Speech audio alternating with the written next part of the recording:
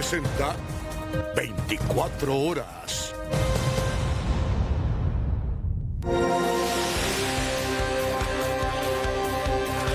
¿Qué tal? ¿Cómo están? Muy buenas tardes para todos. Bienvenidos a 24 horas, el noticiero de los paraguayos. Vamos a hablar de un negocio floreciente, robar cables y vender el cobre. De hecho que tiene un costo importante a nivel internacional este material, por eso se quiere tanto. Pero ¿y la policía? ¿Qué participación tiene en el hecho? Poder tocar eso será... ¿Te puede matar? Mala toma, está mal.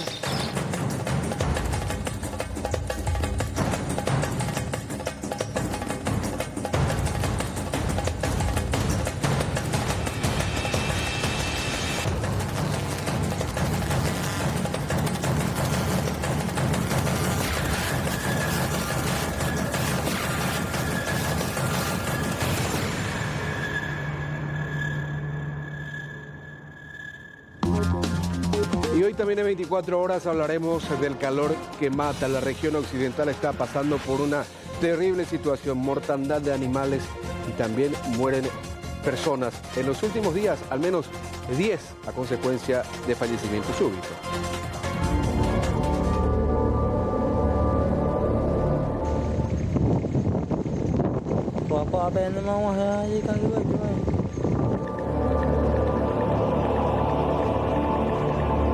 De la situación de falta de agua del Chaco, la veremos reflejada en esto, un ejemplar de Emboreví.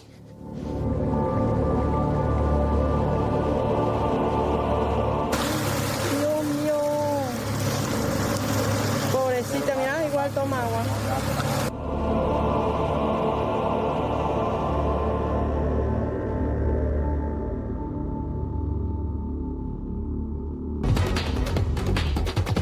Otro tema destacado, abandonadas y abusadas. Un músico imputado por abuso sexual.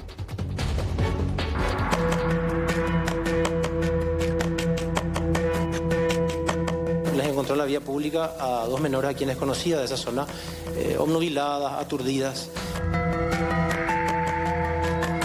A la de 11 dio positivo a metabolitos de cocaína y de benzodiazepinas. Él les invita a su casa el día viernes y ellas asisten y es ahí donde ocurren los hechos. Ambas participan de estos actos. Al final refieren que ellas se salen de la casa para buscar ayuda.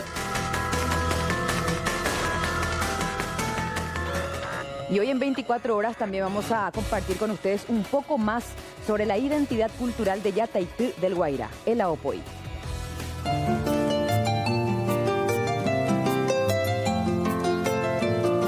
El proceso es desde la semilla hasta la prenda. En Yataití hay dos artesanías. La exclusividad en cada prenda, no hay dos prendas iguales. El bordado, que nos enseñan luego en la primaria.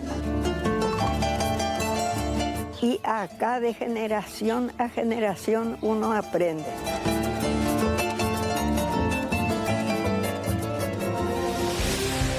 Vamos al barrio San Isidro de Lambaré. Un joven llegaba a su casa cuando fue atajado por delincuentes que terminaron robándole todo.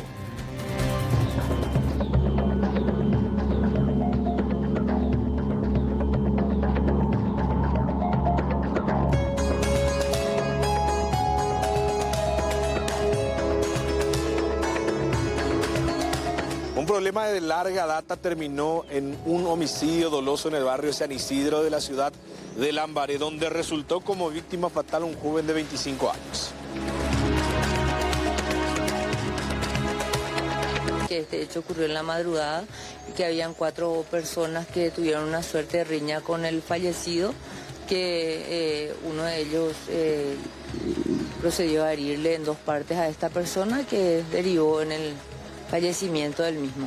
La determinación del motivo nosotros no podemos todavía afirmar. Según las imágenes de circuito cerrado se ve a una persona con campera blanca actuar de forma violenta y propinarle 2 puñaladas a la víctima fatal. Posteriormente se dio a la fuga y también se produjo su detención. Todos ellos tienen antecedentes. Incluso la víctima. Incluso la víctima. La víctima fatal se encontraba en la vereda cerca de su casa, ingiriendo bebida alcohólica. Y en un momento determinado llegaron estas dos personas, ¿verdad? Se produjo una discusión entre ellos y después el autor lo hirió mortalmente para luego ambos abandonar el lugar, ¿verdad? Eso se está viendo a través de un circuito cerrado. Tras la rápida acción de la Policía Nacional se pudo detener al supuesto autor y también al cómplice. También pudieron encontrar el arma homicida.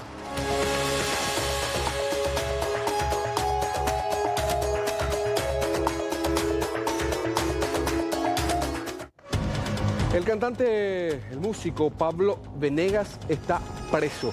Ayer se ejecutó un allanamiento en su vivienda luego de que dos menores, hermanas, una de 15, otra de 11 años, llegaran hasta el Hospital General del Barrio Obrero, donde fueron asistidas. Se confirmó finalmente que estaban drogadas ambas. Las niñas relataron lo que vivieron en la casa, en la residencia de Pablo Venegas, quien hoy ya fue imputado por abuso sexual en niños. Ayer incluso se mencionaba de esta situación y se confirmaba, repito esto, que en la más grande, en la de 15 años, en la adolescente, se encontraron restos de cocaína y en la de 11 años restos de un sedante bastante poderoso, explicaban los médicos. Pero ¿qué tipo de seguimiento se le está haciendo a las pequeñas, a la de 15 y a la de 11 años, que se encuentran en una situación de altísima vulnerabilidad desde un primer momento? Jorge Escurra está con el ministro de la Niñez y de la Adolescencia para conocer más detalles de este caso que verdaderamente indigna, Jorge. Es así mismo, compañero, y bueno, obviamente estamos aquí en compañía del ministro, como bien lo mencionabas, Aníbal, y vamos a consultarle justamente el seguimiento que se le dan a los casos específicamente de este tipo, por ejemplo. Ministro, gracias por su predisposición y queremos saber un poquito acerca de lo que el ministerio maneja sobre este caso en específico y también teniendo en cuenta de que hay información de que era parte del programa Abrazo. ¿Esto en qué consistía y hasta qué punto conlleva estar dentro de ese programa? Sí, bueno, muy buenas noches para toda la teleaudiencia. Asimismo, estas niñas hace pocos meses que pasaron a formar parte del programa Abrazo, correspondiente al Centro de Atención Ricardo Brugada, la zona de La Chacarita. Ya hace aproximadamente un mes, porque periódicamente se realizaban los seguimientos familiares y también eran usuarias del centro de atención. Hace aproximadamente un mes que dejaron de ir al centro, entonces los apoyos familiares del programa fueron para hacer el seguimiento familiar correspondiente que se hace y no encontraron, ¿verdad? Hay que entender que las niñas también no estaban viviendo con los padres, tenía una guarda judicial un familiar, entonces, bueno, nos encontramos con que después de un mes trabajamos conjuntamente en ese lugar con la pastoral social también, la niña y la adolescente llegaron hasta ese lugar y bueno, informaron un poco lo sucedido y se produjo la derivación también al hospital donde se corroboró toda la situación. Desde el Ministerio de la Niñez y Adolescencia, ¿cómo dan seguimiento a estos casos? Bien, hay que entender que cuando se produce muchas veces el abuso sexual por un familiar cercano, por un miembro de la familia nuclear o por una tercera persona, difiere el procedimiento. Por un lado está la persecución penal a los victimarios, como se está dando en este caso, pero también nosotros acompañamos en todo lo que guarda relación a la protección inmediata de las víctimas de abuso en este caso. Tenemos ya con nuestro equipo de la Dirección General de Cuidados Alternativos previstas cuáles serían las medidas de protección, los espacios de protección a donde irían las niñas la niña y la adolescente posterior a salir de la situación de hospitalización en la que se encuentran ahora mismo. Al saber justamente de que estas niñas ya no asistían al programa, ¿no se busca alguna alternativa, alguna opción de comunicarse con ellas, saber por lo menos qué pasó con ellas? Sí, se buscó, pero no se encontró, ¿verdad? Porque según los informes de los vecinos, ellas se mudaron y después de un mes, aparecieron ambas en estas circunstancias, en una actividad de la pastoral social, porque estamos compartiendo ese mismo espacio y bueno, ahí se activó inmediatamente el sistema de protección, tanto lo que guarda con la intervención del Ministerio Público, que procedió a la persecución penal del hecho, y bueno, nosotros nos enfocamos y concentramos como ministerio con la Defensoría de la Niñez y también con los juzgados especializados en niñez y adolescencia, en este caso, de buscar las medidas de protección urgente para poder buscar una protección inmediata y también la restitución de los derechos. Así como te dije, es un caso social muy complejo, ¿verdad? Nada simple, porque existen ya unos antecedentes también bastante complejos por los cuales las niñas no estaban viviendo con los padres y estaban bajo la guarda de otro miembro de su familia ampliada, que bueno, ya era una situación bastante difícil y bien, se produjo esta situación, se les estaba haciendo un seguimiento familiar, aparentemente en ese momento estaba todo en orden y con la no vinculación ya al centro de atención del programa de Ricardo Brugada de Chacarita. Entonces se levantaron las alertas, como te dije, se hicieron los seguimientos, no se les encontró, hubo referencia a que se mudaron y bueno, después de un mes prácticamente aparece y sucede esta situación que también hay que entender se produjo fuera del entorno familiar, fuera del seno familiar, sino que a través de una tercera persona involucrada. Haciendo un paréntesis nada más, ministro, en torno al programa Abrazo, ¿en qué consiste? Porque en un contacto telefónico de la producción con una de las encargadas nos decía que solamente se trata de dar alimentos a los niños. ¿Esto es así? No, claro que no. Es un programa integral que tiene 60 centros a nivel país, que está en Asunción y 11 departamentos más del país. Son espacios de cuidado alternativo al trabajo infantil o a calle, donde los niños pueden ir, asistir, reciben servicios de alimentación, refuerzo escolar, estimulación, actividades recreativas, lúdicas y también tiene el componente de seguimiento familiar, ¿verdad?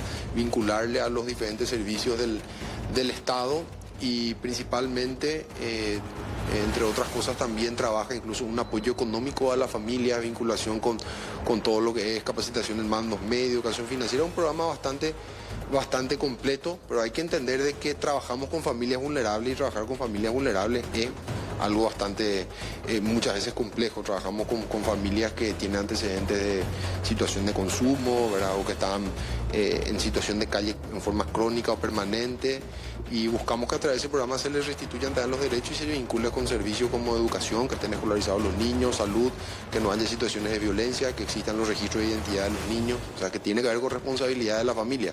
Evidentemente no todos los casos son exitosos, ¿verdad? Como cualquier programa social del Estado, pero hay que entender de que la situación de ser o no ser participante del programa Abrazo en este caso no condicionó el hecho del abuso que se produjo a través de una tercera persona.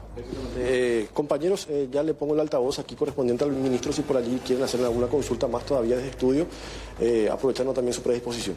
Yo creo que está todo aclarado de parte del Ministerio de la Niñez y la Adolescencia, Jorge. No hay, bueno, se le dio la posibilidad a estas pequeñas de ir al centro, pero evidentemente desaparecieron y ahora lastimosamente se la encuentra en una situación nuevamente de vulneración de sus derechos, ¿verdad? Así mismo. Así que, bueno, agradeciendo también al ministro por su tiempo y, bueno, obviamente que hay todavía mucho que investigar en torno a este caso y también otros muchos casos más, porque hoy incluso hablaban de más de 2.606 denuncias en el Ministerio Público con casos similares de supuestos hechos de abuso en contra de menores de edad. Perfecto, Jorge. En instante vamos a estar ampliando todo relacionado a este tema ya en el plano judicial. ¿Cuál es la determinación que tomó el fiscal de la causa? Lo decíamos, imputó por abuso sexual en niños al músico Pablo Venegas. ¿Qué pidió? ¿Qué tipo de medidas pidió para esta persona? Mañana tiene que comparecer ante los tribunales.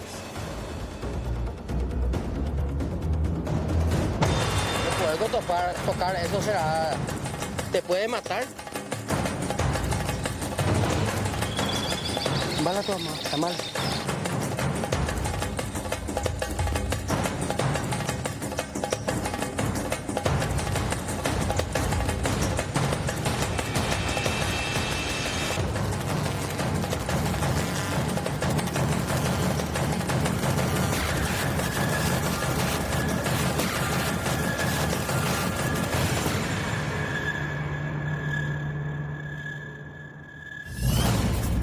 Vamos hasta la zona de Alberdi, donde un bombero se salvó de milagro de ser víctima de este fuerte temporal que caía este domingo en horas de la noche. Fíjense estas imágenes que muestran la fuerza de la tormenta.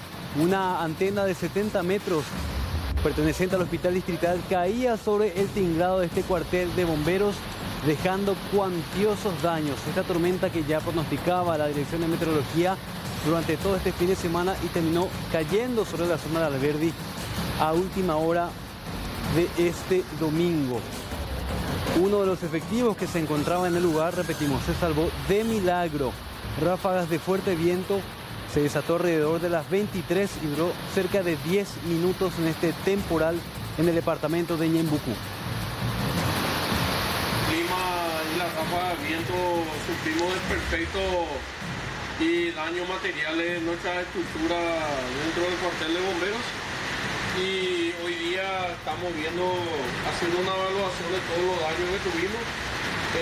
Colapsó una antena de 70 metros que estaba en el hospital distrital y estamos haciendo la evaluación de daño.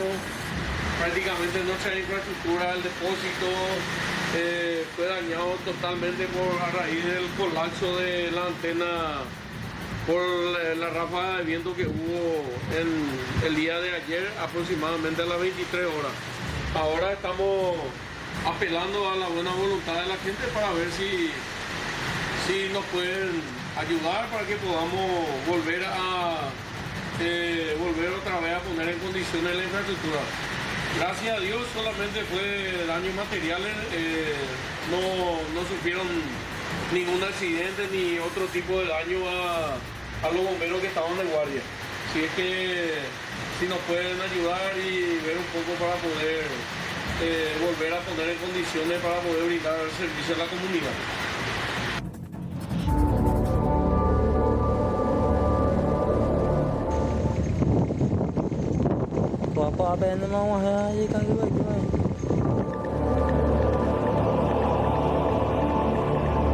De la situación de falta de agua del Chaco, la veremos reflejada en esto, un ejemplar de Emboreví.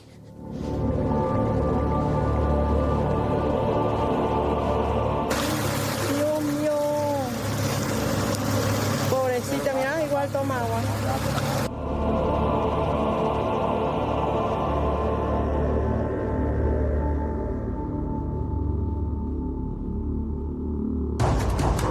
Bueno, en instantes vamos a hablar acerca de la realidad que se vive en el Chaco paraguayo, pero ahora hablemos acerca de la realidad en cuanto a la inseguridad que se vive aquí en zona de Central. Gilberto Colmán, un trabajador delivery que fue víctima de un solitario delincuente. Incluso se observa en esta imagen de circuito cerrado que fue grabada por la cámara del local donde él trabaja, en Isla Abogado Luque. En horas de la madrugada, él llegó otra vez hasta el local para poder agarrar unos pedidos y seguir con la entrega. Pero esos minutos en los que él ingresó fueron suficientes para que este delincuente se aprovechara de esa ocasión y se llevara su motocicleta. 5 cuotas de 36 es lo que él pagó hasta el momento por su biciclo, porque el trabajo le requería este elemento que es fundamental para que él pueda hacer sus entregas con mayor rapidez y de esa manera ir generando más ingresos. Y fue precisamente con su elemento que se terminó alzando este solitario delincuente, reitero, que se le observa en estas imágenes, al menos en este ángulo. Alguien posiblemente lo va a reconocer y aportar esa información a la gente de la comisaría jurisdiccional. También se tienen estos fotogramas que muestran los momentos previos cuando él se dirigía hacia el local, hacia el trabajo de Gilberto para alzarse con la motocicleta. Posiblemente Gilberto simplemente fue una víctima aleatoria. Él estaba en la búsqueda de un biciclo similar y se encontró con el de Gilberto. Fíjense el horario, las 3 de la madrugada, estaba trabajando todavía este joven y terminó siendo afectado de esta manera. Llegó a su casa sin su elemento de trabajo. Escuchemos lo que decía al respecto. Sí, estaba trabajando en una lomitería y cuando cerramos, mientras que cerramos, vinieron los delincuentes y se llevaron mi moto.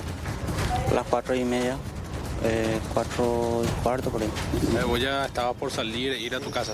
Sí, estaba por salir ya. ¿Siempre dejás ahí tu moto? Siempre. ¿Y es la primera vez que se roba ahí en el lugar o ya habitual? Se suele robar, sí, se robó ahí. ¿Cuántas cuotas o al contado completo? No, a cuotas, tengo que pagar 1 año y medio me falta para pagar todo.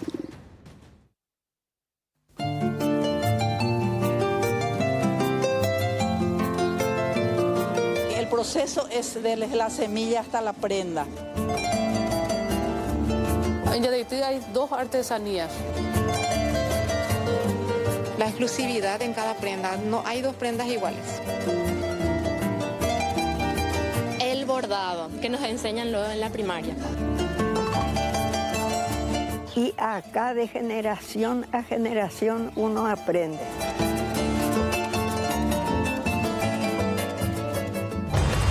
Hablamos ahora de esto que ocurría el fin de semana y nuevamente involucra a conductores ebrios. El primer caso nos traslada hasta el Alto Paraná. Sí señor, sí señora, este conductor se quedó dormido a bordo de su camioncito. Estaba en total estado de ebriedad. Fue muy difícil para los agentes de la comisaría jurisdiccional despertarlo y trasladarlo hasta la comisaría. Finalmente hay una exposición al peligro porque en cierto momento él condujo este camión en ese estado. Finalmente dio positivo a la prueba de alcotest y tuvo que ser despertado de esta manera por los agentes de la policía. Escuchemos. El conductor quedó en la vía pública sobre la ruta número 7 Paraguay. Es una ruta internacional y el conductor se quedó en estado de shock, durmiendo cuando el personal fue alertado y llegó hasta el lugar. Por tal motivo fue puesto a disposición del Ministerio Público, se le informó y le salió la prueba alcotest positivo. La ruta internacional es un lugar donde el vehículo debe buscar el lugar establecido para el estacionamiento. Es un lugar inadecuado, se quedó y por tal motivo la policía fue alertado y los patrulleros llegó hasta el lugar y el mismo se fue derivado a esta dependencia y puesto al Ministerio Público. Dio 0,922 miligramos. Porque es una graduación elevada. Es una graduación elevada.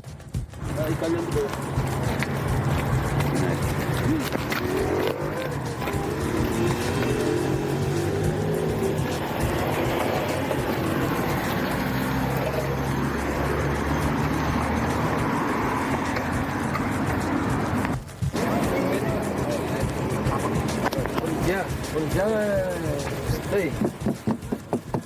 Policía de Elena.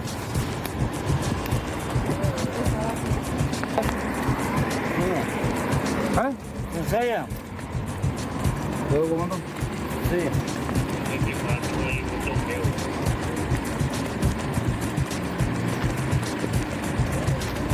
Tú vas a comisaría en el área, bájate de moler. Bájate de miedo.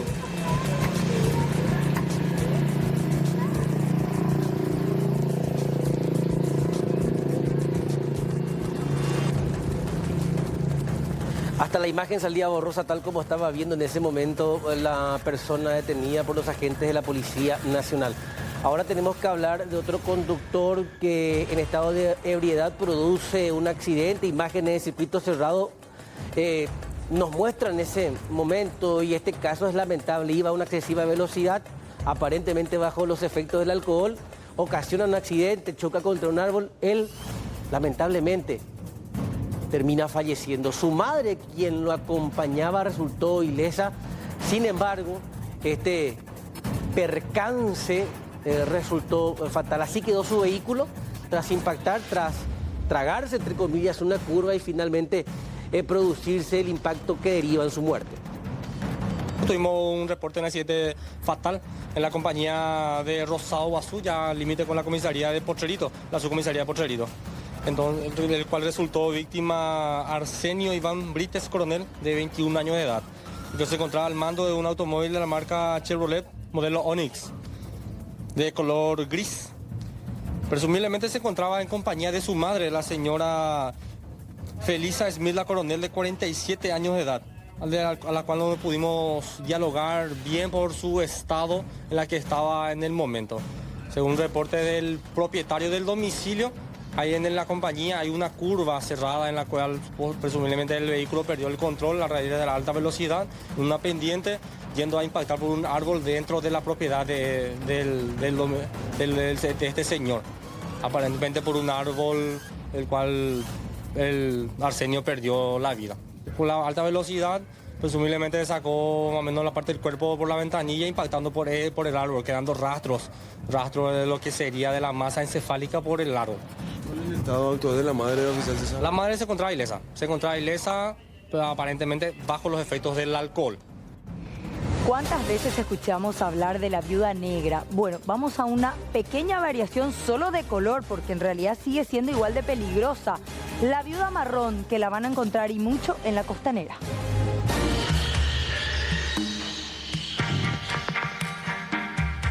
Estuvimos revisando y hay muchísimo. Esta es una viuda marrón. En ese saco de huevos puede haber tranquilamente a 400, 500 huevitos.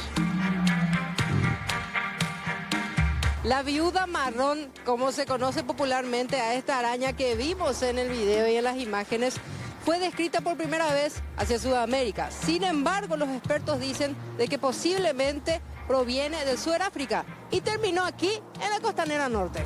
Su hábitat más común es tejer su telaraña entre los árboles o lugares poco frecuentados, en forma de red para capturar a sus presas. Son muy activas durante la noche para realizar sus cazas nocturnas y se alimentan de una gran variedad de insectos como abejas, avispas, moscas, cucarachas y grillos. Y mira la presa, es un alacrán encima de estos, lo que son súper ponzoñosos.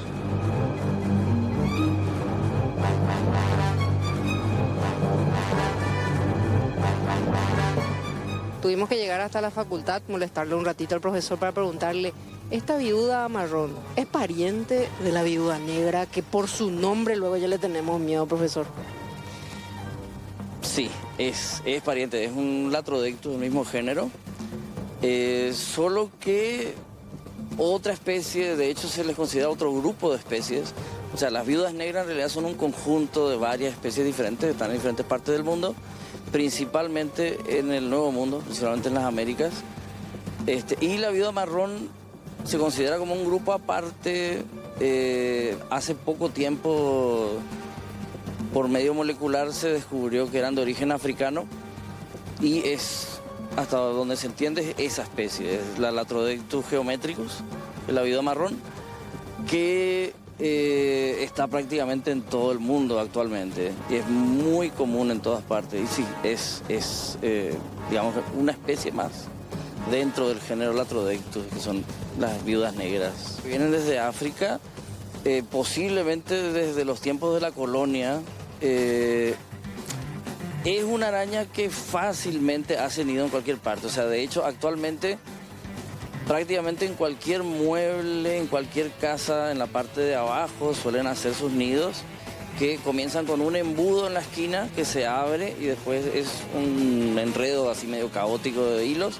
Son hilos muy duros, el embudo también es bastante duro, la araña suele estar dentro del embudo. Y posiblemente las que están ahí en los bancos, en las bancas de la costanera deben estar hace varios años desde que se pusieron las bancas seguramente. Entonces es un poco complicado que te lleguen a picar. O sea, es que tenés que ponerle la mano y apretarle y que el bicho se enoje y que te... si el bicho está en el fondo de su embudo es más difícil todavía. Si te llega a picar, porque entiendo que alguien la habrá picado alguna vez, tiene efectos parecidos a los de la viuda negra. O sea, vas a tener malestar, vas a tener vómito, vas a tener inflamación y todo eso. Pero por lo que yo tengo entendido no llegan a ser letales. Y mientras uno no esté hurgando ahí abajo y jugando con la araña, por decir así, que es lo mismo que pasa con la serpiente. La mayoría de las picaduras de serpientes es porque la persona se puso a querer agarrarle. Uno puede sentarse sin problema. Ocurre el problema de que cuando alguien ve algo, después ya todo el mundo se queda con la idea, ¿verdad? Entonces no es tan de preocuparse realmente el tema. Esta especie inyecta muy poco veneno en humanos y los efectos secundarios incluyen generalmente dolor leve y enrojecimiento en el área de la mordida. Sin embargo, lo recomendable siempre es acudir al médico cuando uno es mordido por una de ellas.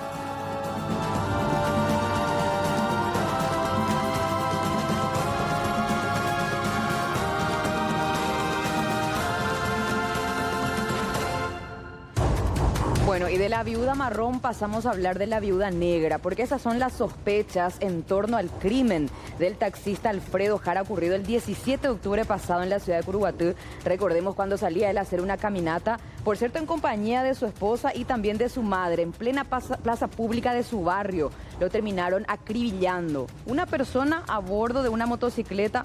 Nada más para contextualizar y recordar un poco el caso, ese era el reporte que se tenía. Al menos 4 impactos, todos a la altura del rostro, recibió Alfredo. Un poco después, mediante el avance investigativo, ya se habló de la detención del principal sospechoso.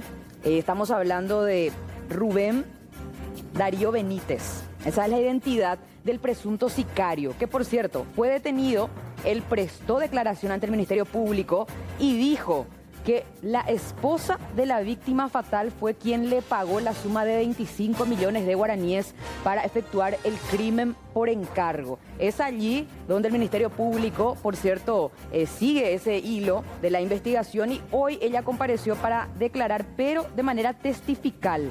Incautaron su teléfono y adentro del teléfono encontraron mensajes con quien sería el supuesto, a ver, ¿cómo podríamos decirle? El que le contrató al presunto sicario, pero mediante el pedido de la esposa, supuestamente de Alfredo Jara. Esa es la información que tiene la Fiscalía al respecto. Estos mensajes, que por cierto datan de días antes del crimen, el día del crimen y también días posteriores.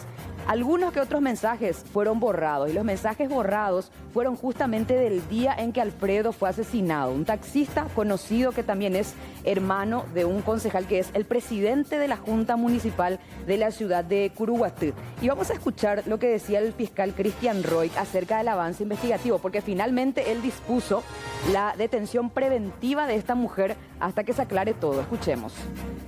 También el Ministerio Público ha realizado unas preguntas y también ha incautado el celular de la misma, donde pudimos observar de que la misma tenía contacto con el hoy prófugo Rubén Rodas.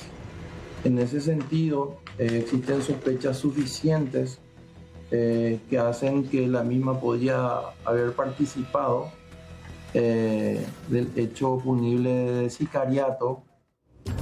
La policía sigue investigando el asalto al camión transportador de caudales Prosegur. Dicen que tienen identificados a más de la mitad de quienes integraban el grupo.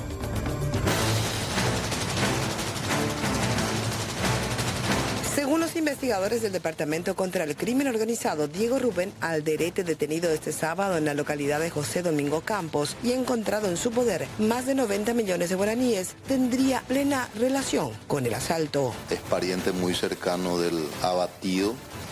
Esta persona también se encuentra en pareja con una viuda también de un delincuente abatido por la Policía Nacional años atrás.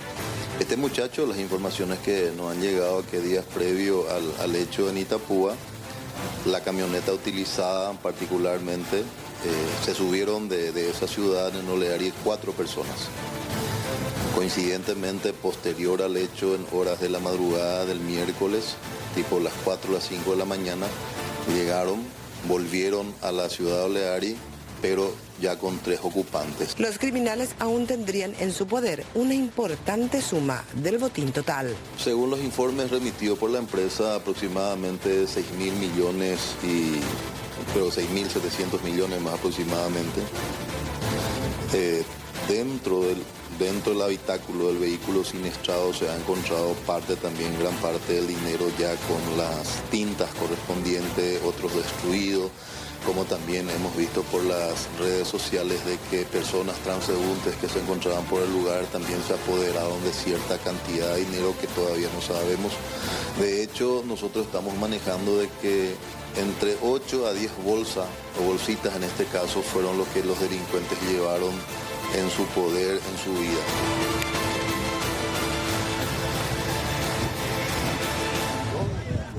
Bueno, seguimos hablando de este tema porque mucha atención, la gente que fue a este lugar y recogió los billetes que estaban ahí en la vía pública van a ser procesadas. Es el anuncio de la Fiscalía al afirmar cuál va a ser la forma de identificar a los responsables de haberse quedado con estos billetes, más allá de que presenten algún tipo de daño o no.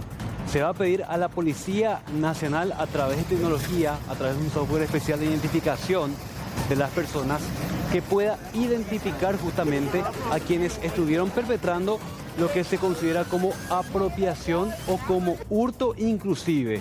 Hoy una de las mujeres que estuvo ahí recogiendo este dinero devolvió lo que recogió ante la jefatura de policía y presentó esto en Itapúa.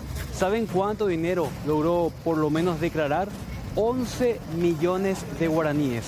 También se sabe que hay otras personas involucradas y que estarían devolviendo el dinero. Igualmente, los que tomaron esto y eventualmente se acerquen o no, todos van a ser igualmente procesados por la Fiscalía. Ahora su conducta posterior puede que le ayude para evaluar su responsabilidad, ¿verdad? O medir un tipo de medida o pena que pueda eventualmente sufrir, ¿verdad? Pero hasta ahora, bueno, antes que nada lo hay que ver si ese dinero es dinero o no, o es basura, ¿verdad? Fiscal, como te digo, todavía ni siquiera abrimos el paquete. Entiendo. ¿Solamente una persona devolvió el dinero hasta el momento? Solamente una persona, sí. Y con respecto a las demás que tomaron este dinero, ¿qué mensaje se da desde la Fiscalía? Y que una vez que se pase al plano de investigar este hurto o esa apropiación de cosas ajenas esparcidas ahí y que llevaron, bueno, vamos a tener que procesar estas imágenes, mejorar la calidad de imagen y tratar de identificarlos. La policía tiene software de identificación de rostros, así que es perfectamente factible llegar a esas personas. Y continúa la polémica en torno al informe de inteligencia del pasado 31 de octubre, informe en el cual se pedía al Ministerio de Justicia recurrir a la figura administrativa de la requisa de 3 celdas en la cárcel del Cerezo en el departamento de Itapúa, ante la existencia de informaciones que daban cuenta de la comisión de probables hechos punibles en este departamento. Habló hoy el ministro de Justicia, estamos hablando de Ángel Ramón Barcini, quien dijo que cotidianamente, diariamente, reciben decenas de alertas en las distintas cárceles. Calificó el informe del 31 de octubre pasado como un informe inconsistente e incluso irresponsable. También pidió que se investigue a los policías que emitieron el polémico memo. Ese tipo de informes recibimos por día, por minuto, por lo menos 10. Por minuto. Imagínense si el Ministerio de Justicia va a estar abocado solamente a la denuncia irresponsable que recibe. Hay que ser un poco serio en la información. Esa denuncia, la que hizo mucho destaque con letra de catástrofe, 2 días en el diario y 20 minutos por televisión, eso es falso. Yo nunca ni me enteré del tema. Era un mero comentario que desde la cárcel de Itapúa se estaba preparando una acción criminal en algún lugar. En Itapúa probablemente no sabíamos si era un homicidio, asalto de banco, asalto de cajero, asalto de caudales, no se conocía eso. El jefe del Departamento contra el Crimen Organizado de la Policía se arriesgaría a enviar este tipo de informes si no tiene una certeza. Sí, hay que investigar eso. ¿Por qué lo hizo? En forma irresponsable. ¿Por qué no lo hizo el director? A su comandante, ¿por qué no lo hizo al ministro del Interior? Yo les pregunto a ustedes, miembros de prensa, ¿cuántos delitos se cometen al día en el Paraguay? ¿Ustedes creen que el servicio del Ministerio de Justicia puede estar abocado única y exclusivamente a saber dónde se va a cometer un delito? Esa no es mi función, esa función de la comandancia de la policía. Cuando se esperaba que el comandante de la Policía Nacional saliera en defensa de sus subordinados, al contrario, se alineó a la posición del ministro de Justicia. Ese documento viene a ser un memorándum y los memos, como coloquialmente se lo llama, usualmente en el día se dan por decenas, se dan ese tipo, porque son memorándums que todavía no están siendo procesados, son datos, todavía no son convertidos en información.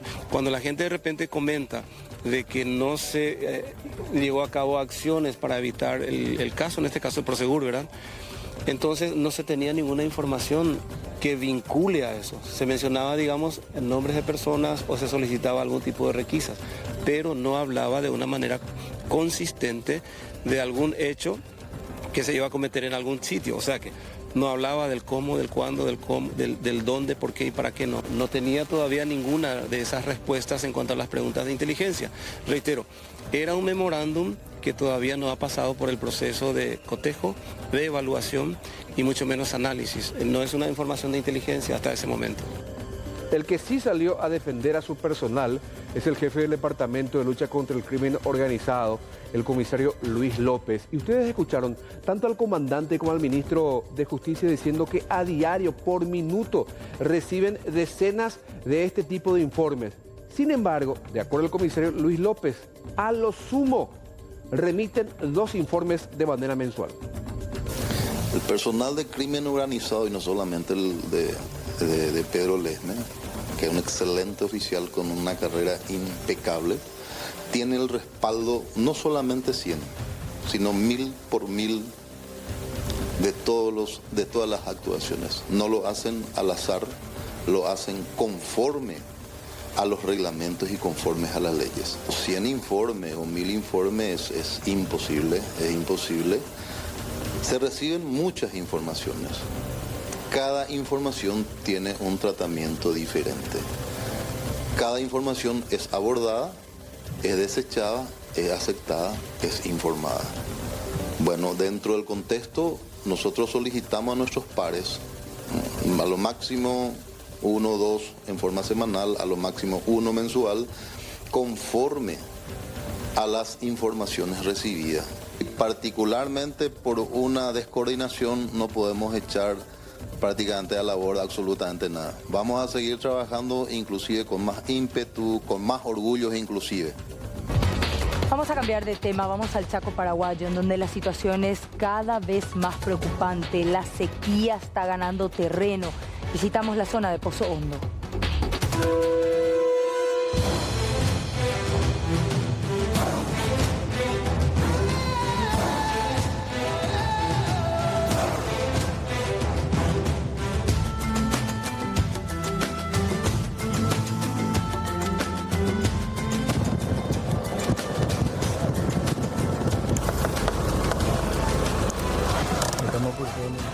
¿Este es el Chaco paraguayo? Este es el Chaco paraguayo. Este es el querido Chaco paraguayo con estos caminos que tenemos ahora, que es imposible casi por la sequía. Tiene que trabajarse duro con el tema de agua, regar para poder mantener estos caminos. Y esta es la sequía que tenemos, este es el camino que tenemos ahora en el Chaco. Eso sí, en varias partes.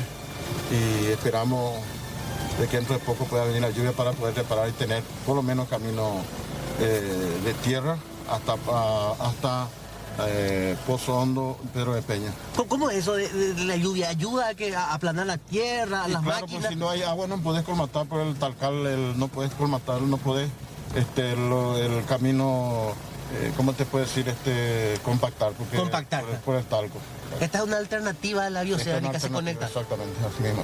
¿Bioceánica significa asfaltar o por lo menos terraplenar? ¿Cómo? Bioceánica es la ruta del proyecto que viene desde Camino Peralta hasta Pozo Hondo. Y eso es lo que estamos esperando que realmente este año empiece.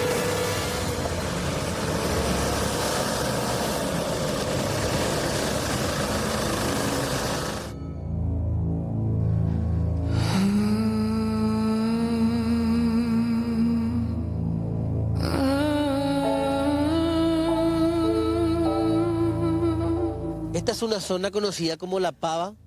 Estamos sobre la línea 10, que es un tramo que nos conduce a la embocadura del río Pilcomayo.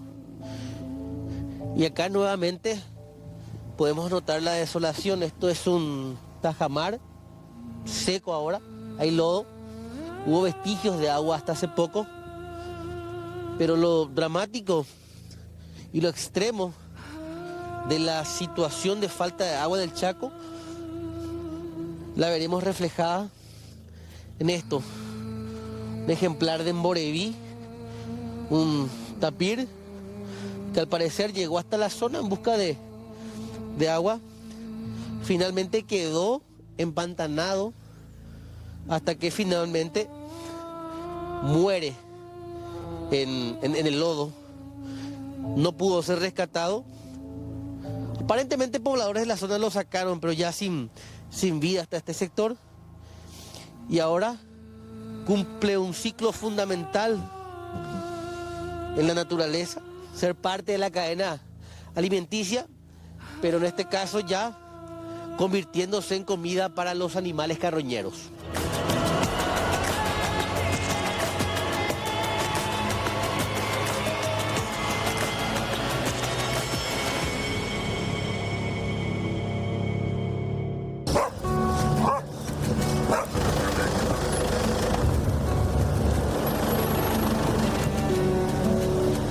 Qué lejos vinimos. Bien, Alexis. Galeano. ¿Dónde estoy, Galeano? Acá estamos en Lagunita. Lagunita. Sí, señor. Lejos. Lejos. Acá no hay agua. No, ahora no, por el momento no hay agua. ¿De dónde sacan el agua que hay? Acá trajimos de la base. ¿De acá? La base naval. ¿Esto para cuántos días? Y ese para una persona por lo menos a 20 días. ¿Y cuántos están acá? Y acá estamos entre dos. Entre dos. Sí, sí. El problema del agua es... Agua. Agua. ¿De dónde tiene que venir el agua? ¿El Pilcomayo tiene que proveer la población? De arriba. De arriba. Y los de arriba no hacen nada por el agua. No. Y además tienen problemas de invasión, me contaron. Sí, en un uruguayo que viene a invadir acá este lugarcito. Tengo ya hace mucho. Te encerró acá, parece, te dejó un pequeño rincón. Allá encerró. Son 400 hectáreas, creo que son acá. Y eso es lo que agarró él. Supuestamente de él, dice él. No sé. No hay papeles. No, yo no vi ni uno. ¿Cómo se vive en el Chaco? Se aguanta. Se sufría. No hay agua y tenés el uruguayo que viene y te invade. O sea, por eso. Cuando estaba con la lluvia, o veo hoy pedazos de molata. Ahí vio más hasta la gente. El tranque venía de Montsempata, ahí va. Pero así la fe. Es famoso la de desarraigo. Pero imposible, o sea.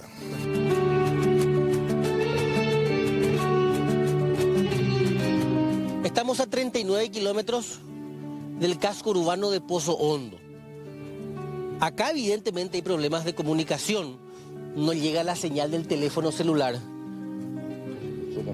Y alzando anda esto. Solamente alzando. Sí, después ya contraseña y anda lo otro. Dale. Entonces lo que vamos a hacer ahora, don. Ya me inquieta botella de la copa ya me inquieta ya un pico, a ver los mensajes ya como. O sea, que tú antes de después está la wifi. Claro, ya está ya. La wifi ya habilitama. Ya habilita las contraseñas, pero depende de eso. Entonces, Pepe. A ver. La guacha es un piamón. Gatela. Ella y Catuma. Pepe, ya ahora cómo se hace. ¿Llamo Gupita el teléfono, pues? Ella y Catuma, la contraseña con Toji Cali. Pega de Moya ya, vamos a de la señal.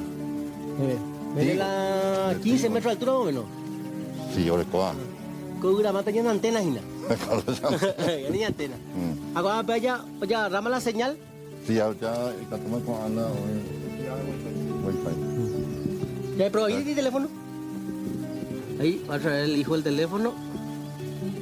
De directo con la contraseña. ¿Permiso? Sí. Vamos a habilitar acá el wifi. No hay señal, ustedes ven acá. Tomó la señal de wifi del teléfono. Y ya rápidamente. Vamos a ver. Tenemos internet. Nos conectamos a la página del canal. El teléfono que está transmitiendo la señal de wifi está, les cuento de nuevo, unos 15 metros de altura. Así nos comunicamos en el Chaco. Así es la vida acá. Así es la vida acá.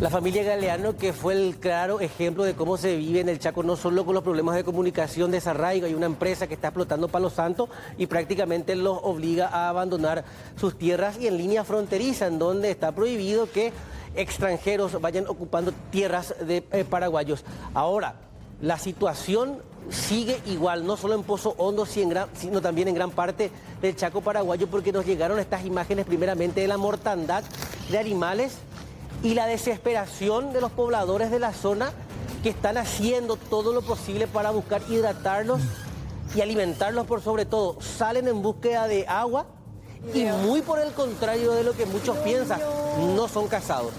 Es más, son asistidos.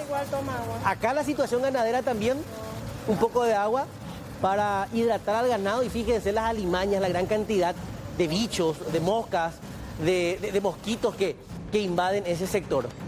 La gente que sigue rescatando, acá en Boreví corre mejor suerte que el otro que veíamos en el material, por lo menos le dan un poco de agua fría y así tratan de rescatar, de preservar, de conservar a los animales autóctonos del Chaco.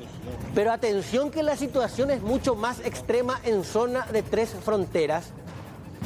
Acá vemos un venadito que aparentemente no logra recomponerse tras ser hidratado.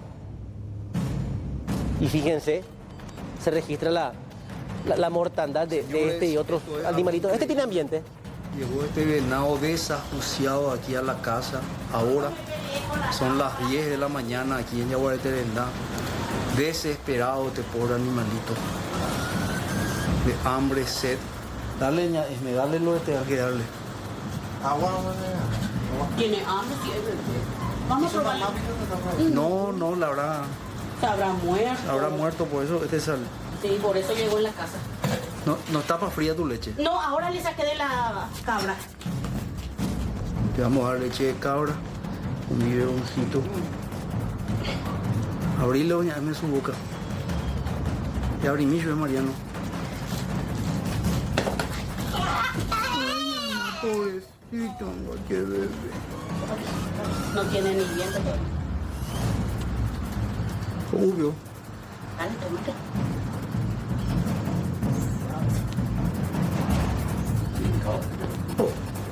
Qué maravilla, Dios mío, por favor, ayudarnos a salvarle a este pobre animalito. Qué bárbaro. Quiero que le encierren a este animal en un lugar oscuro y le cuiden, le pónganle un ventilador, por favor, en un lugar fresco, lejos de estos perros. Más si pegarle a este perro si es que se le acerca.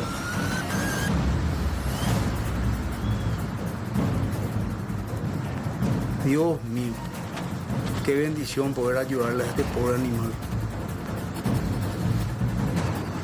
Por eso, doña, yo coca ni hago pomba, depende. No, casi no camina más. Señores, esto es algo increíble. No todo es cacería indiscriminada de fauna silvestre. En el Chaco también se dan estas situaciones en donde gente de buen corazón rescata y termina alimentándose. El caso de un venadito bebé que fue rescatado por esta familia. Pero ¿qué pasa cuando la pelea por la supervivencia también ya afecta al ser humano? Se dio un encuentro cara a cara entre un yaguareté y una persona en zona de triple frontera. Esta fue la consecuencia. Fueron a un esteral, había un poco de agua. El ciudadano tuvo un encuentro muy cercano con una yaguareté que estaba con sus crías y finalmente lo atacó. Le sacó los dedos, le mordió en la cabeza. El hombre quedó en estas condiciones gravemente herido y tuvo que ser asistido en un hospital argentino de Salta. Estamos hablando de la zona de triple frontera. Ustedes recuerdan que semanas atrás les mostraba el hito número 1 que divide Bolivia, Paraguay y Argentina. Bueno, esto fue en esa zona. Y atención, los yaguaretés, los felinos, no suelen atacar a los seres humanos. Solo que se daba la siguiente situación y tal como ocurría con nuestro compañero Cachito, era una que estaba defendiendo a sus crías y estaba buscando agua para sobrevivir. Esto ocurrió el fin de semana en el Chaco, un yaguareté termina atacando a un ser humano.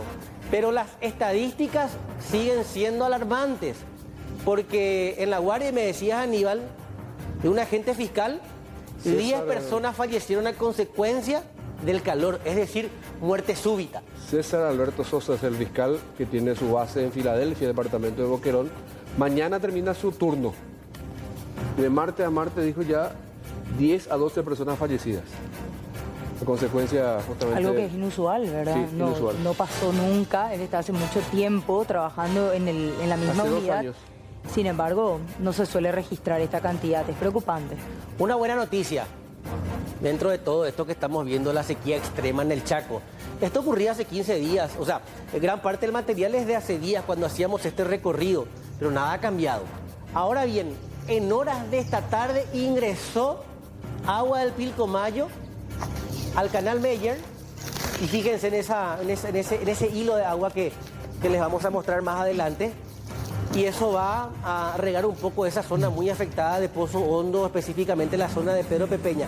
Ese es un canal, el canal Meyer, que va bordeando las ciudades como las localidades como Pedro Pepeña, Pozo Hondo, y es precisamente para que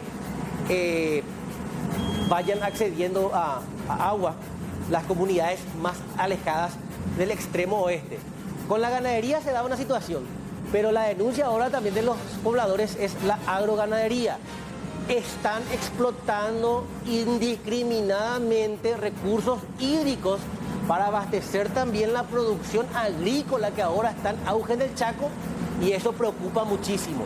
Las famosas presas. Las famosas presas. Se están colmatando algunos recursos porque hay un avance en la producción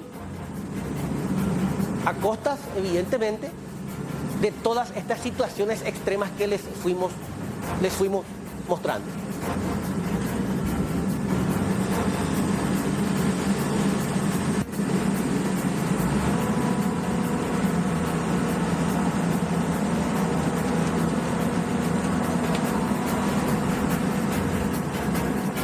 Vamos a un contacto en vivo y en directo con Leila Jiménez para hablarnos de inseguridad. Esta vez, Leila, ¿cuál es el barrio afectado por este drama?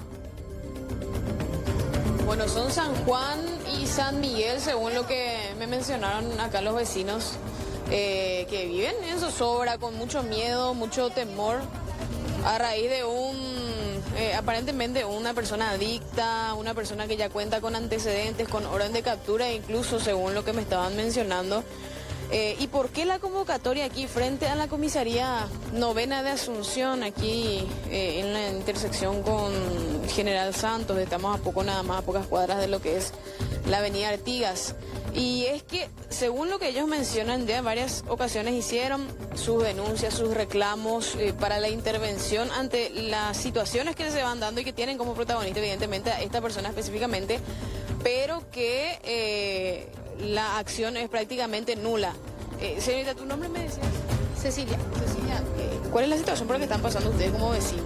Y estamos constantemente en zozobra por culpa de este personaje que cabe destacar que es solamente una persona. Estamos indignados por la inacción de la policía y también de la fiscalía, porque venimos acá, se tira la pelota entre ellos. No vamos allá, también dicen que es responsable la comisaría novena. ¿Quién es la persona? Manuel de Jesús, alias Tunqui. Todo el mundo le conoce. Vos llamás al 911 y le decís, acá estamos, sí, es Tunqui. Pero no mandan ninguna patrulla y ya no sabemos. Nos tienen amenazados, no podemos salir a trabajar, no sabemos más cómo vivir en el barrio. ¿Gente de la comisaría acá le conocen a esta persona? Sí, le conocen, incluso, o sea, personalmente le conocen. Pasan en la patrulla, le ven por la calle y hacen de no vi nada. Pasan de largo. Y eso es indignante, tener que acudir a este extremo para que ellos no hagan caso, para que las autoridades hagan lo que tienen que hacer, porque al fin y al cabo están para servir y proteger, supuestamente, ¿verdad?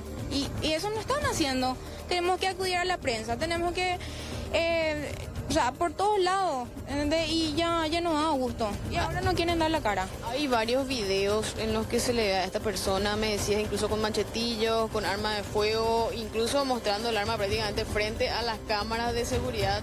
Sí, eso es. Alardeando de eso. Así mismo, es como para que digan, bueno, los que se van en contra de mí, ¿verdad? Ya saben lo que les espera. Y no solamente en las imágenes, sino que de forma verbal luego le dice a todos los vecinos. Entonces es por eso que ya ves, somos pocos, nadie se anima. Y eso es, o sea, yo constantemente ya estoy cansada y temo por mi integridad física, o sea, por mi vida misma y acá todos están en lo mismo. Recién te vi adentro, estabas conversando con los policías, ¿qué te dijeron? Sí, me estaba discutiendo porque me dicen que ellos no tienen potestad de ir a sacarle. Yo entiendo, hace falta una orden de jurisdicción, no soy ignorante, ¿verdad? Pero hace semanas que ya pedimos a la fiscal, o sea, a la fiscalía y nada, ¿entendés? Entonces nos dicen, yo le consulté, ¿y por qué no van a hacer patrullaje? Y creo que no tienen patrulla, ¿verdad? Así que si me escuchan, que traigan patrulla acá para que vayan también a hacer los patrullajes, porque bueno, no... Cada vez que llamamos dicen no, que están en actividades, no, que encuentro deportivo. Bueno, el fútbol vale más que nuestra vida. Gracias, Cecilia. Señor, también fue víctima. Claro, yo sí que le hice todo, o sea que me avisaron cuando entraron en mi pieza. Yo en la mañana ya me fui. Y entonces me fui ahí llegando a mi casa, ya he visto ya mi puerta ya está todo roto, ya todo desastre. Y justamente yo vine a hacer la denuncia y se fue el comisario y un oficial conmigo. Se fue allá. Entonces yo salí y le dije, señor comisario, mira vos lo que me hizo. Le hice entrar en mi pieza al comisario y al oficial. Entró ahí, revisó todito, salambí, se rompero, se karaoke, se televisión, mía, chao. Se fiambre a mía, hoy mía, güey, ahora peité. A ese vecino, a ver, luz, mía, y por la fiesta, mía, pero así, casi 5 o 6 millones por así. Pero, a rescatar, llegué a hacer TLPTI, a mi TV, un poquito más retirado de mi casa. O vamos a vender la ISU y baja, y me voy a cargar en baja, o te imita ir a 50.000. O había sido vender olería, año use hace años la cuña caray. Eso es año use tiene ruego ese ni de cuando se tele se me pudo eso. Sí, jamás vio. Y Adriana Quintana o vende su país. Tungin dice. Vamos a ver si me pudo había sido onda imba era ahí. Hacen baje. José Pablo Benítez. Voy a conversar también con ¿qué tal, oficial?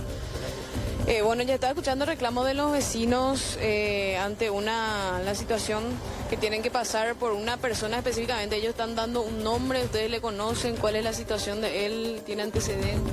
La persona tiene antecedentes, está identificado plenamente porque ya en varias ocasiones ya fue a la penitenciaría pasando de esta comisaría por diferentes tipos de hechos punibles.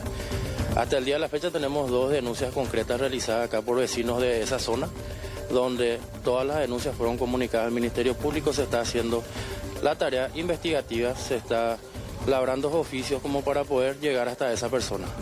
¿Ustedes ubican la vivienda de esta persona, teniendo en cuenta que dicen que bueno que ya intervinieron también en la casa del señor, por ejemplo, y esta persona supuestamente vive detrás de su casa? Ya se identificó, ya se fichó la casa y estamos en un trabajo constante. ¿Tiene orden de captura? Tiene una orden de detención pendiente que se libró la semana pasada, el jueves o viernes.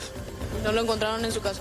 Hasta el momento no podemos ingresar en un recinto privado, pero se está realizando lo humanamente posible para poder lograr dar con esta persona. A la orden. Al oficial primero, Julio Villasanti. Entonces, de un lado la versión policial y del otro lado también la versión de los vecinos. ¿Querés dar la espalda sin que se te vea? Sin que se le vea. Bueno, acá llega otra vecina también para escuchar un poco su testimonio. Entró en casa cuando nos fuimos a comprar la cena para las criaturas, a las 9:30. Mis 3 hijos menores de edad estaban en casa. Patearon la puerta de la pieza, mi hijo gritaba y pidió socorro. Y mi perro fue prácticamente que le salvó. ¿Tú le identificas también a esta persona? Sí, mis hijos, el de 12 años y el de 7 años sí. Le conoce demasiado bien. No podemos más estar tranquilos, tenemos que dormir 1 o 2 horas y después patrullar toda la madrugada. No se puede más estar tranquilo y no da gusto. Incluso lo que dicen ellos, y justamente el temor está, Aníbal, en que esta persona supuestamente los amenaza, incluso con armas de fuego, con machetillo, y por eso también el temor, ¿verdad? Claro. Y bueno, ya decía también el agente policial, bueno, si bien hay una orden de detención, bueno, por lo menos a la vivienda no pueden ingresar. Acá los vecinos dicen que incluso se cruzan con la patrullera por al lado de este hombre, es la versión que ellos dan también. Pero bueno, realmente están con miedo, con temor. Hay varios videos en los que se ve a esta persona, ellos le identifican, responsable ya supuestamente también de otros hechos, y es lo que están denunciando el día de hoy. Totalmente comprensible el temor de estos vecinos, y más todavía cuando dicen que esta persona está recorriendo normalmente las calles y la policía dice que ya lo tiene identificado. Bueno, si está recorriendo y lo tiene identificado, no se entiende cómo es que no lo están deteniendo y no le están dando cumplimiento a esa orden de detención fiscal, ¿verdad? Pero bueno, ojalá que después de esta denuncia pública se pueda dar con esta persona y se devuelva en parte la tranquilidad a todo este vecindario, Leila. Exactamente, acá incluso están señalando a la señora que estaban diciendo que recibió piedras también de parte de esta persona, de parte de este hombre, que le habría agredido físicamente, y bueno, cada uno tiene también su situación sí, por la que pasó y que tiene como protagonista o como responsable a esta misma persona. Perfecto. Gracias, Leila, muy amable. Hasta luego.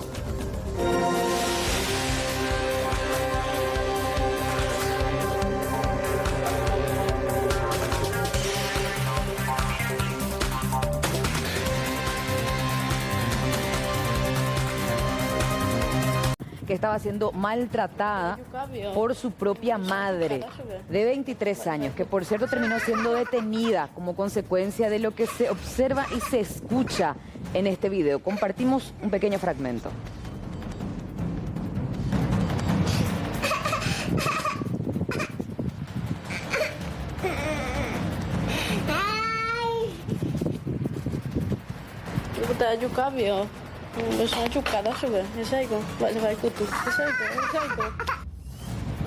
Bueno, de no creer realmente, porque lo que se observa en este video, que por cierto tuvimos que blurear por la sensibilidad que significan, esta pequeña tenía un cinto amarrado al cuello y la madre estaba presionando y grabando a la par con la intención de enviar al padre de la pequeña, un joven de unos 21 años, supuestamente con la intención de presionarlo a que regrese a la casa. Ese sería el trasfondo, imagínense. Ahora, la detención de la mujer se dio un poco después que se socializara este video.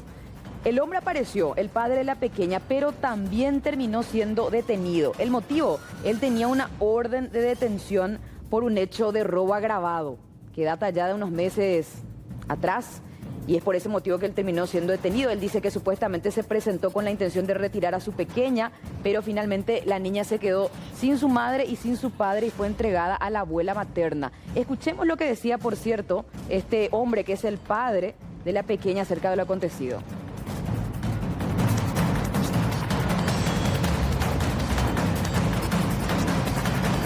Enviase la video a se la olla para se familiares a paran de verla sacar curija a retirar a las familias para se intención. ¿Y el motivo se pelearon con su mamá? No, la disco ahí sino que ambas por curija das agua su hija ayudar a su familia, pero das agua su hija y se las más y se tiempo las más pero baja y bien, ¿sabes? Ya fue a trabajar unos días. Sí, ojo, curima, vos ya hice la y esa allí ya hice bien encargado de unos cuantos curija. Pues oye, curija, puta tengo que no vender vehículos. Por eso es que se enojó porque ya no te iba. No han taiko esa la para, pero la culpa la mitad con la ya y va a ver la. No le coge la culpa la guarda. ¿Tenías la intención de retirarle a tu nena? Sí, a retirarse te hizo, pues agri la yuja se recogió problema hija, una firma en bike hija, pues con la lunes así me retiraron a su hija. Codeni y segui. Bueno, es lo que explicaba el padre de la pequeña con respecto al trasfondo del por qué toda esta tortura y maltrato. Por cierto, él hablando con nosotros desde su reclusión porque finalmente él fue declarado en estado de rebeldía porque no se presentó más por esta causa pendiente que él tenía de un hecho de robo agravado. Ahora vamos a escuchar lo que decía la abuela de la niña porque finalmente ella es la que se quedó a cargo de esta pequeña que fue maltratada por su mamá. Nunca, cuando poco ya le me puede acá tenga te íngole y me puede. Anta coisa lá, essa o pipa lá, o missa lá pensar, o pedaço lá é. A minha puxa já recém hace uma vez, ela basula, Un misa la coja huese con nunca jamás la hace familia con la pesa la no se pasa ya ese ahí nada se hace hay coina. O sea, con el miembro mío se ya se va más o putamos en día este pues hace mía hoy que tú lo andaba moite o esa no hay poimo ahí el problema lo vea. Simplemente por un problema de ella le había revisado el celular y por ese motivo fue que discutió con su pareja. Y luego de esto fue lo que pasó, lo del video. Pues yo pico, y compañero, hizo él ando como a ver me agenda, ponda ahí de profesor yo ahí de super maiteye. Yo hay justo pe. Hasta cuando se me ha pipa la hay justo porque la de ahí de profesor yo supe.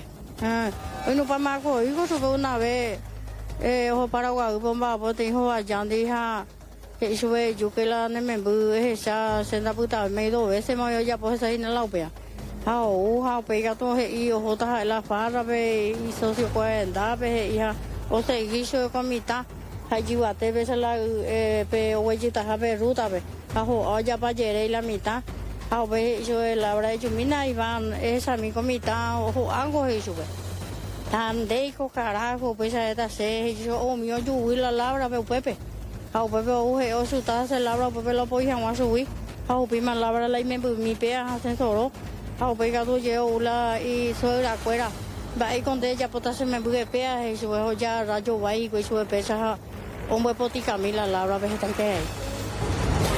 Vamos a hablar de la epidemia de dengue que ya se empieza a sentir en varios puntos de nuestro país. Les contamos un caso de una niña de solo 2 años cuyo fallecimiento fue confirmado después de llegar al hospital con varios síntomas. Su caso se fue complicando y se terminó por confirmar su fallecimiento. Dolor abdominal, letargo, cansancio, dificultad respiratoria, ya estaba desaturando, estaba con un poco ya de hipotensión, o sea, ya vino en un estado alarmante, grave, ya vino, ¿verdad?, a la urgencia. Refirieron que estaba siendo tratada en el hogar con antipirético, con paracetamol, ¿verdad? Y bueno, al ingresar a la urgencia se le hizo su análisis de rutina, ¿verdad? Se constató que estaba hemoconcentrada, anémica, estaba con una neutropenia, lóbulos blancos por el piso, ¿verdad? Entonces se procedió a la internación y con la gravedad del caso, con la gravedad de su cuadro, necesitaba estabilizarse, ¿verdad? Necesitaba una unidad de terapia intensiva pediátrica. Se consiguió en el Hospital Nacional de Itagua, pero ya la niña estaba ya muy descompensada hemodinámicamente. Bueno, es el primer caso de una sospecha de arbovirosis, ¿verdad?, de sospecha de dengue grave. Estamos esperando el resultado del laboratorio central para confirmar el diagnóstico presuntivo. Quedó en el hospital, en la urgencia del hospital regional, ¿verdad? Hizo 3 paros cardíacos y se le reanimó en nuestra oportunidad. Ya el tercer paro cardiorrespiratorio ya no pudo salir, ¿verdad? Actualmente varios de los hospitales que dependen de salud pública están saturados con casos de síntomas justamente de esta enfermedad. Y fíjense, porque lo que dice Vigilancia de la Salud en este momento es que la epidemia ya está iniciando. La fase crítica que se anunciaba para fin de año justamente ya se está empezando a sentir. 382 casos en las últimas 3 semanas. El 70% corresponde a Central, San Pedro, Asunción, Caguazú y el departamento de Presidente Hayes. Los hospitalizados son pacientes principalmente de 5 a 14 años, por eso se considera que la franja infantil es la más afectada. Hubo 135 hospitalizaciones en los últimos 21 días y en cuanto a la curva de fallecidos, en las últimas semanas se reportaron 2 muertes por dengue. Uno, un paciente de 28 años y otro de 10 años nada más. En lo que va del año suman 18 los fallecidos por dengue en el país y reiteramos esta información. La curva del dengue está aumentando y la epidemia se encuentra iniciando en este momento.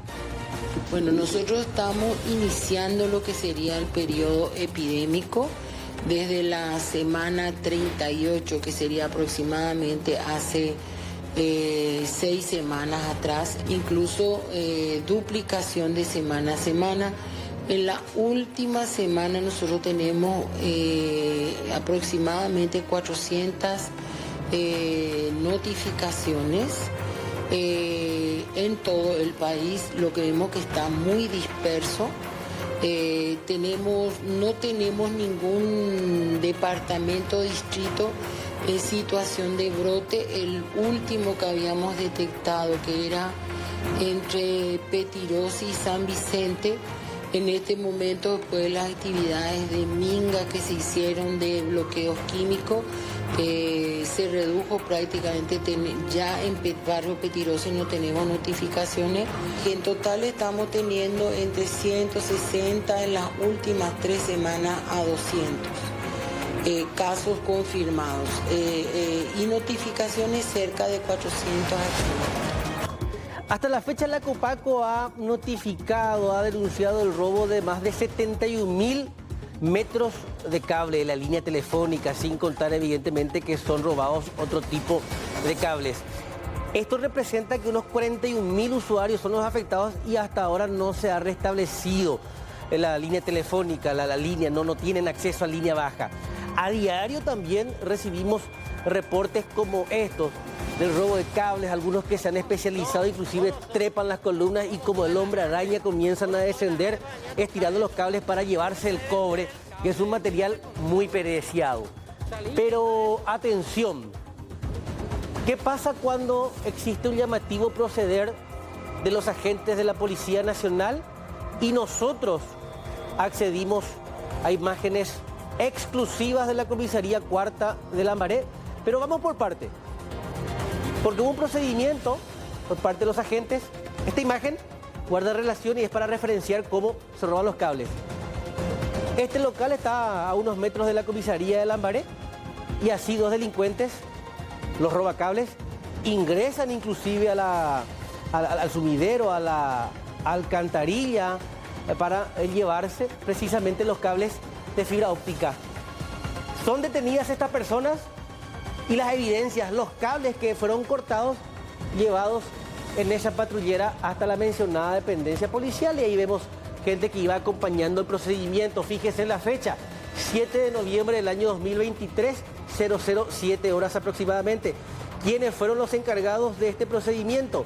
Los suboficiales Oscar Vera y el oficial Lorenzo López. Ahí llegaron en la patrullera, ingresan a la dependencia policial. ¿Los cables ya estaban cortados cuando ellos encontraron? Estaban cortados, recuperan los cables, incautan los cables.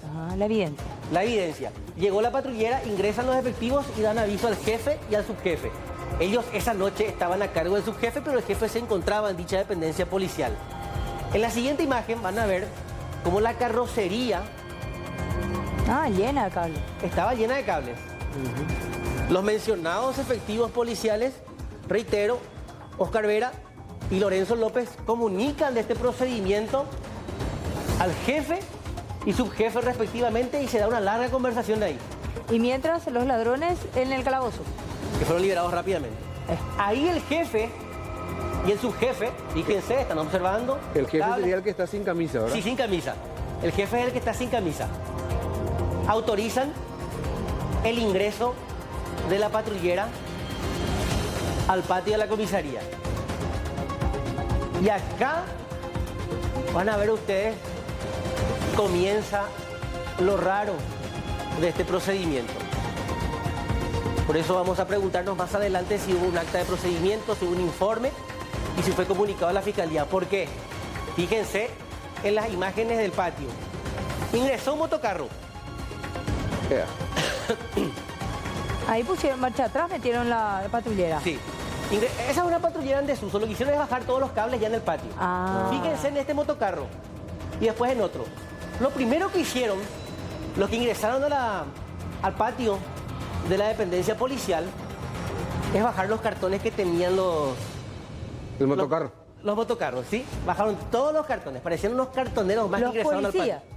Los policías. Los motocarros. Ahí entra el otro motocarro. Ahí están los cartones, fíjense. Sí. Fíjense, los cartones. Bueno, cualquiera pensaría que entran a llevar basura del de la dependencia. Están dejando basura. Están dejando, pero esperen un ratito más. Todos los cables que fueron incautados. Este es el patio. Allá se ve la municipalidad de Lambaré. Sí. 2 motocarros. Y después, al bajar los cartones de papel, al vaciar la carrocería del motocarro, ¿qué es lo que va a pasar? Del otro motocarro, ¿qué están lanzando? Los cables. Los cables. ¿Y por qué hacen eso de un motocarro a otro? Porque en uno de ellos habían bajado los cables. Ya fue incautado inclusive en su momento. ¿O no sería otro motocarro con cables incautados? Claro, claro. Pero son los mismos cables que esa noche ya fueron depositados en la comisaría. En su momento te bajaron de la patrullera y pusieron en el motocarro que estaba en el patio. Sí. Ahora lo que están haciendo es mudando un motocarro a otro. De un motocarro a otro. Y son los cables, fíjense, en el grosor. Y la forma que están cortados. La forma que están cortadas. Y a partir de acá empiezan las preguntas. ¿Por qué bajaron los cartones, traspasaron los cables y finalmente estos recicladores, entre comillas, terminaron llevándose los cables robados cuando se trata de evidencia? ¿Qué pasó de los 2 detenidos que estaban dentro del túnel sacando los cables? ¿Qué pasó? ¿Cuál es el acta de procedimiento? ¿Es normal que se lleven cables de una dependencia policial? Y si es evidencia, ¿no? ¿Fue comunicado esto a la Copaco o a la empresa afectada? Porque puede ser empresa de telefonía también, porque son cables de fibra óptica. Pero no puede poner un motocarro, un particular, entrar mal al patio de tu comisaría, bajar cartones o levantar lo que fuese. O sea, esto se comunicó, o sea, insistimos con eso. O sea, eso es el patio de la comisaría. Esa, no es que supongo. Si vamos a seguir el hilo de la cronología de los hechos, es material incautado. Ahora, Alexis, ¿hay efectivamente un acta de procedimiento en el cual se describe la incautación de este material y la aprehensión de las 2 personas vinculadas al caso? Estamos abiertos a recibir las notificaciones correspondientes. Estamos abiertos a recibir el informe sobre ese procedimiento de la noche del 7 de noviembre. ¿Qué día nomás? Eso ya era a las 3 de la mañana, ¿eh? Sí, a las 3 de la mañana. Y me dijiste fueron rápidamente liberados los detenidos. Los detenidos fueron liberados. Pero quedó la mercadería en la comisaría. La denuncia de la gente que nos pasó. El video es que los detenidos, los sospechosos, los que estaban en el túnel, fueron liberados, pero quedaron los cables cortados ahí. ¿Y qué hacía ese motocarro primeramente con todos esos cables? ¿Y por qué esa gente los ocultó debajo de los cartones que bajaron de la comisaría para llevarse los cables? Algo no cuadra acá. Vamos a ver qué es lo que dicen desde la comisaría cuarta de Lambaré, porque acá podemos decir que esta imagen vale más que 1000 palabras.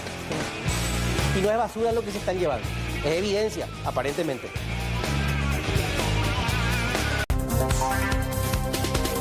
Buenas noches. La Cámara de Diputados dio hoy media sanción, el visto bueno al presupuesto general de gastos para el año 2024 y decidió eliminar todos aquellos aumentazos como ya había sido anunciado. Queremos repasar un poco con ustedes lo que tiene que ver con este plan de gastos y algunos de los detalles. El presupuesto 2024, cuanto menos hasta ahora que tiene esta media sanción de diputados, asciende a 116.5 billones de guaraníes, lo que totaliza en dólares 15.800 millones de dólares ya en todo lo que tiene que ver para los diversos gastos en todas las instituciones del Estado. Vamos al siguiente, porque recordarán ustedes que cuando hablábamos de aumentazos para lo que tiene que ver con el aumento salarial de legisladores específicamente, hablábamos de por lo menos 14.495 millones de guaraníes. Esto es lo que hoy se decidió eliminar, el aumento salarial para senadores, diputados e incluso también aquel pedido inicial de aumento salarial para Santiago Peña, el vicepresidente, ministros y viceministros. ¿A qué se va a direccionar este dinero? Vamos a la siguiente placa, porque la decisión que tomaron en base y usando como texto base la de la Comisión de Presupuestos de la Cámara de Diputados fue lo siguiente: 10.000 millones de esos 14.000 que veíamos anteriormente van a ir dirigidos a un subsidio para personas con discapacidad dependientes, este presupuesto, de lo que tiene que ver con el Ministerio de Desarrollo Social. Y 4.495 millones de guaraníes va a ir destinado a la DIVEN. A eso se va a ir a utilizar, en este caso esperemos que de buena manera, lo que iba a ser dinero para aumentazos de la clase política. A partir de esto, también hubo todo tipo de críticas, principalmente de diputados de la oposición en esta jornada, que rechazaron el hecho de que dentro del Pleno no se tuvo prácticamente en cuenta el trabajo de meses que realizaron aquellos integrantes de la Comisión Bicameral de Presupuesto. ¿Qué era lo que proponía la Bicameral de Presupuesto y que hoy prácticamente no se tuvo en cuenta? El redireccionamiento de por lo menos 37 millones de dólares de gastos superfluos que iban a ir destinados a gastos sociales, es decir, darle un mejor uso a esa cantidad importantísima de dinero. Escuchen la queja que realizaba en este sentido el diputado Raúl Benítez. Me parece una falta total de respeto que esa sea la mirada, porque básicamente le está diciendo a los compañeros que no importa el trabajo que hagan, no importa toda la hora que estuvieron acá, no importa todo el esfuerzo que hicieron acá, nosotros vamos a hacer nomás lo que ya nos pidió el Poder Ejecutivo y hace 3 meses ya sabíamos eso. No fueron electos para ser secretarios del presidente, fueron electos para ser diputados y senadores. No son secretarios del presidente de la República, que encima es secretario, o sea, son subsecretarios. Entonces, presidente, por favor, ordenanza, no sé ni cómo llamarla, uno viene acá en tono de ordenanza, pero por favor, vamos a querernos un poco, vamos a valorarnos un poco y vamos a valorar también el trabajo que nosotros podemos hacer desde acá de la Cámara. Si nosotros no equilibramos nuestro trabajo con el trabajo del Poder Ejecutivo, estamos hablando de una democracia fallida. Bueno, lo que decían, básicamente se aprobó casi que a libro cerrado el resto de aspectos que contemplaba el proyecto inicial que había sido enviado por el Poder Ejecutivo. ¿Cómo respondían, en este caso, desde el sector oficialista a estos cuestionamientos? Escuchen lo que decía la diputada Cristina Villalba. En el Pleno se planteó también para no aumentar salario para los directores del Ministerio de Economía. Ese recurso se destinó, se hizo una distribución tanto para las escuelas agrícolas, se hizo para la Senadis, se hizo para el Ministerio de Agricultura, escuelas agrícolas y también para el tema de una universidad. Y con eso se cierran los 9.000 millones que estaba previsto para este aumento presupuestario y con eso no hubo absolutamente ni un aumento salarial. Nosotros respetamos y valoramos todo lo que ha hecho la bicameral, pero usted sabe bien que el Pleno es soberano. Bueno, el Pleno es soberano, decían ellos, algo que fue nuevamente cuestionado. Otro de los aspectos que casi que fue aprobado fue un aumento salarial para directores específicamente del Ministerio de Economía y Finanzas a cargo de Carlos Fernández Valdovinos. Eso que se pudo retroceder, 9.000 millones de guaraníes, escuchaban de boca de la propia Cristina Villalba, iban a ser destinados a esto, al aumento salarial solamente de directores de ese ministerio. Algo que también fue cuestionado, se terminó redireccionando todo ese dinero a otras instituciones, pero también en medio hubo fuertes cuestionamientos a la figura del actual ministro, a quien acusaron incluso de tener ciertos caprichos al momento de querer que se apruebe su presupuesto tal como estaba. Creo que corresponde eliminar también el aumento a los directores. En la Comisión de Presupuestos estuvimos estudiando, no es que van a pasar de ganar 5 millones a ganar 7 u 8 millones. Si es que nosotros aceptamos el aumento a los directores, estos directores van a pasar a ganar más que sus viceministros. Es realmente exagerado, hablamos no de casi 9.000, hablamos de más de 9.000 millones de guaraníes que contemplaba el aumento a los directores, que creo yo no corresponde. Estarían rozando o inclusive pasando los 30 millones de guaraníes, estarían ganando casi algunos más que el presidente de la República. Que no se le dé nada al ministro por su capricho de economía, que se destine a, así en el mismo sentido que hubo Mesa, Escuela Agrícola y Senadis, presidente, por favor, y que nunca más exista un caprichito del superministro y si quiere que venga. Este bloque es presentado por Inverfin, para sus electrodomésticos Fama y sus motos Taiga. Inverfin, hacemos de tu espacio un hogar. Fapasisa, para sus productos Steel, apostando al buen uso de los recursos naturales renovables. Euroimport S.A. Repuestos, equipos originales para vehículos europeos. Copetrol, Supra 95 aditivada, potencia que te mueve. Copetrol, vamos.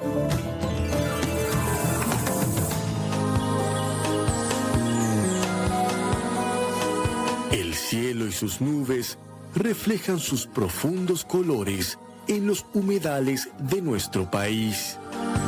Estas aguas poco profundas propician una inmensa diversidad biológica por las condiciones favorables y el alimento disponible para muchas especies. Sin embargo, incluso en este tipo de lugares, la caza indiscriminada, la deforestación y la destrucción de hábitats presentan un gran peligro para la fauna que habita en ella. En este capítulo de Al Natural, aprenderemos sobre algunas de las especies que se encuentran amenazadas y en gran peligro de extinción.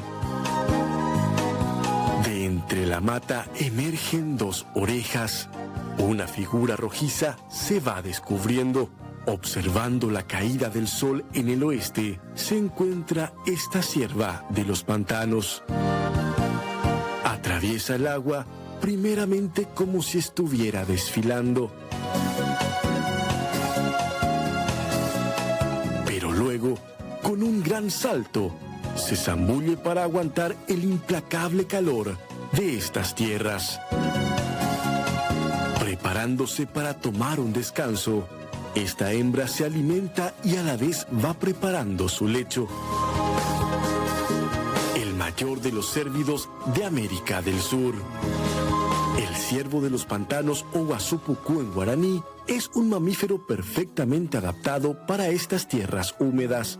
Un adulto puede llegar a pesar 150 kilogramos en promedio.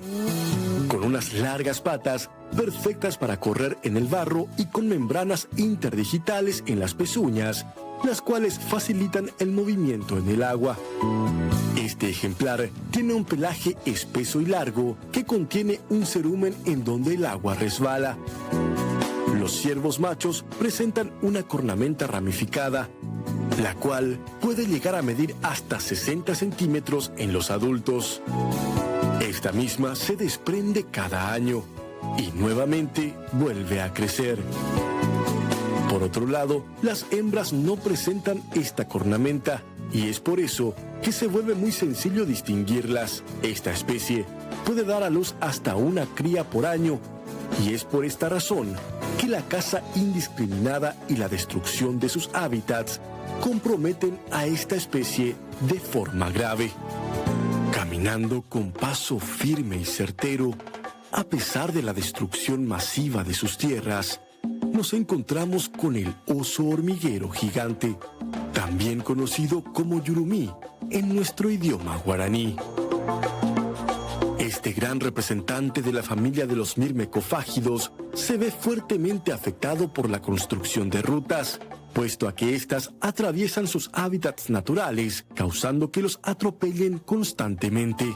Esta especie se alimenta principalmente de hormigas y termitas, para lo cual está dotado de un hocico alargado, sin dientes y con una lengua pegajosa y larga, perfecta para atrapar a sus presas.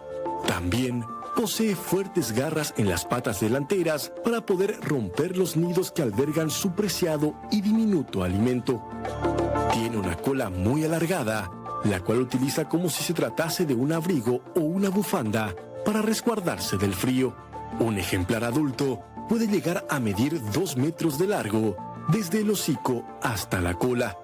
Estos preciosos osos son nocturnos o crepusculares y normalmente se mueven solos, excepto por las madres, las cuales cargan a sus crías en su lomo hasta que cumplan 1 año de edad o hasta que su madre esté nuevamente embarazada.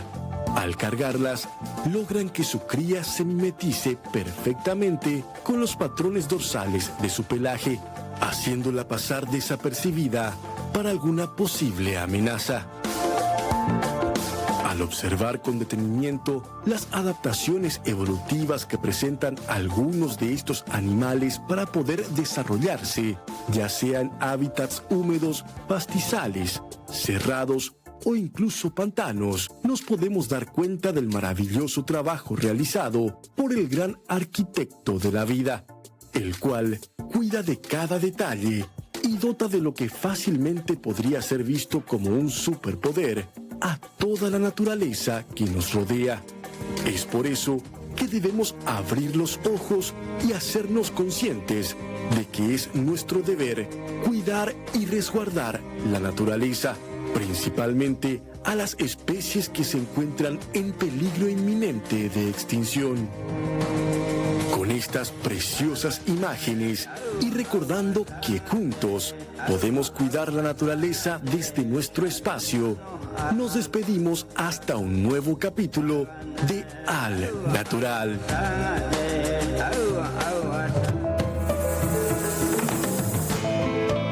Este bloque fue presentado por Inverfin para sus electrodomésticos Fama y sus motos Taiga. Inverfin, hacemos de tu espacio un hogar. Fapacisa para sus productos Estil, apostando al buen uso de los recursos naturales renovables. Euroimport S.A. Repuestos, equipos originales para vehículos europeos. Copetrol, Supra 95 aditivada, potencia que te mueve. Copetrol, vamos.